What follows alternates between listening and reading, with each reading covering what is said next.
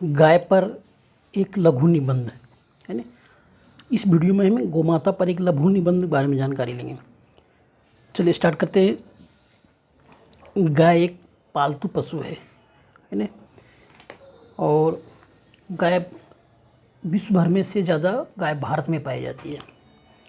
भारत में गाय को माँ की नज़रों से, माता की नज़र से, गौ माता की नज़रों से सम्मान की दृष्टि से देखा जाता है, क्योंकि हिंदू धर्म में कहा जाता है कि गाय के अंदर 33 करोड़ देवी देवताओं का वास होता है। साथ ही भारत में रहने वाले लोगों ने गाय को माँ का दर्जा दिया है और उनको पूजा भी करते हैं।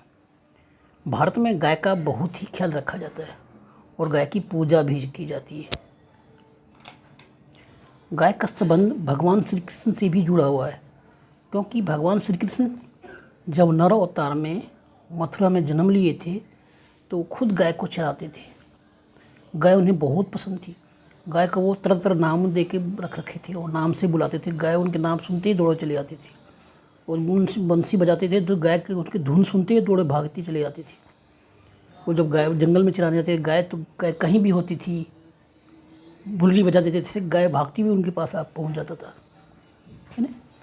वे उन्हें खूब प्यार दुलार देते थे। गाय की रचना वैसे तो सभी देशों में समान ही पाई जाती है, लेकिन गाय की कदकाठी और नस्ल में थोड़ा फर्क होता है ना। गाय को 4 पैर यानी चौपाया भी जानवर कहा जाता है ना। 2 आँखें, 2 कान, 1 नाक लंबी सी, एक माथा सर और एक लंबा सा मुँह होता है और लंबी सी दुम होती है, इसे पूँछ भी कहते हैं, है ना। और एक बड़ा सा पेट होता है ना। कुछ नस्ल के साथ देखा जाए तो कुछ गाय अधिक दूध देती है तो कुछ कम देती है। गाय का शरीर बहुत बड़ा होता है, क्योंकि वजन 720 किलो से भी अधिक होता है, क्योंकि गाय दूध देती है, इससे उसको भोजन की परम आवश्यकता होती है।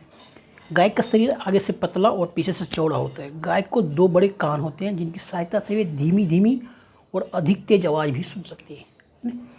गाय के 2 बड़ी बड़ी आँखें होती हैं, जिनकी सहायता से लगभग 360 तक देख सकती है।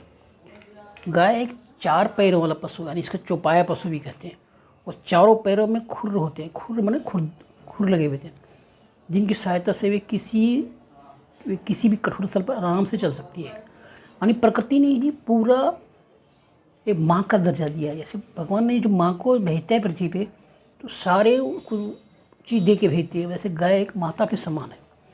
गाय का मुंह है ऊपर से चौड़ा, नीचे पतला होता है। इसके पूरे शरीर पे छोटे छोटे बाल होते हैं। गाय की एक लंबी पूँछ होती है, जिसकी सहायता से वे अपने शरीर पर लगी हुई मिट्टी को भी हटाती रहती है ना। या मच्छर वगैरह जब लगते हैं गाय, तो गाय उस मच्छर को भगा देती है, ठीक है। गाय के 4 थन होते हैं जिससे दूध देती है, और इनकी गर्दन लंबी होती है। गाय के मुंह में निचले जबड़े में 32 दांत पाए जाते हैं, इसलिए गाय लंबे वक्त तक जुगाली करके खाने को चबाती है, यानी भोजन को चबा चबा कर खाती है ना। हमें भी डॉक्टर सलाह दी जाते हैं कि भोजन को चबा चबा कर खाइए, लेकिन मैक्सिमम लोग नहीं, वो मानते नहीं हैं। फिर उनके पेट में गड़बड़ी पैदा होती है तो फिर भागते डॉक्टर के पास। इसलिए भोजन को चबा चबा के करना चाहिए। गाय के एक बड़ी नाक होती है। गाय के 2 या छोटे बड़े सींग होते हैं, है ना। गाय एक जैसा कि मैंने बोला, गाय एक पालतू पशु है और इसलिए इसे घरों में पाला जाता है ना। इनको पशुधन का दर्जा दिया गया है और सुबह शाम इनका दूध निकाला जाता है। यानी एक गाय एक समय 5 से 10 लीटर तक दूध देती है। 2 लीटर भी देती है। कुछ गाय अलग नस्ल की गाय होती है, कुछ अधिक दूध देती है ना। पुराने ज़माने में गाय को खेतों में हल जोतने का काम भी लिया जाता था, लेकिन अभी नहीं। अभी क्या होती है, गाय जब बछड़ी देती है तो जब बछड़ा बड़ा होकर बैल बनता है, तब उसको हम खेत में हल जोतने काम लेते हैं, या माल ढोने में से बैलगाड़ी पहले ज़माने में हुआ करता था। बैलगाड़ी में उसको बांध के हम सामान कहीं से ही ले जाते हैं। किसान लोग ऐसे ही करते हैं इसको। गाय हमें दूध देती है, और गाय के दूध से दही, छाछ, पनीर, तरह तरह की मिठाई, या दूध से बनने वाली कई सामान से घी, है ना। घी भगवान की आरती में बहुत घी की आरती उतारब हो, है ना। तो घी की आरती, भगवान की आरती में गाय का घी बहुत ही उत्तम माना गया है, ठीक है। गाय का गोबर को सुखा करके हम ईंधन के काम में लेते हैं। हमारे गांव में जो हमारे जलावन का मुख्य स्रोत क्या है, जिसको हम उपला बोलते हैं। गाय को गोबर को सुखा के उपला पर बना लिया जाता है। साथ ही गाय का गोबर का उपयोग खेतों में खाद के रूप में किया जाता है। अगर आप गाय का गोबर को खेत में डालते हैं तो आपको किसी भी प्रकार की उर्वरक की जरूरत ही नहीं पड़ेगी और फसल आपको A1 होगा, ठीक है।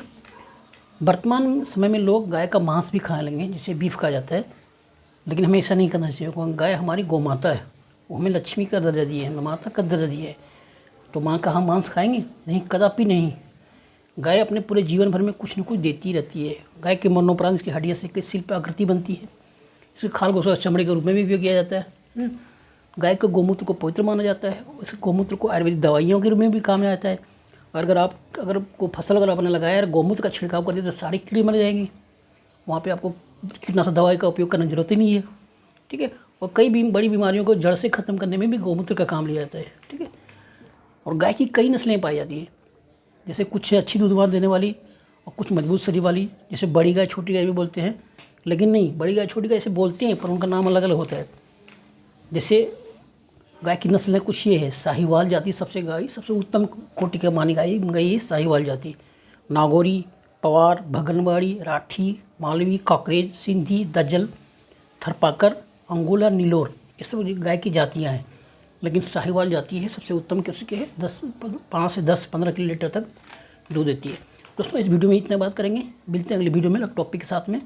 वीडियो अच्छा लगे तो लाइक जरूर कीजिएगा और सब्सक्राइब करना ना बिल्कुल नहीं भूलिएगा। Thank you.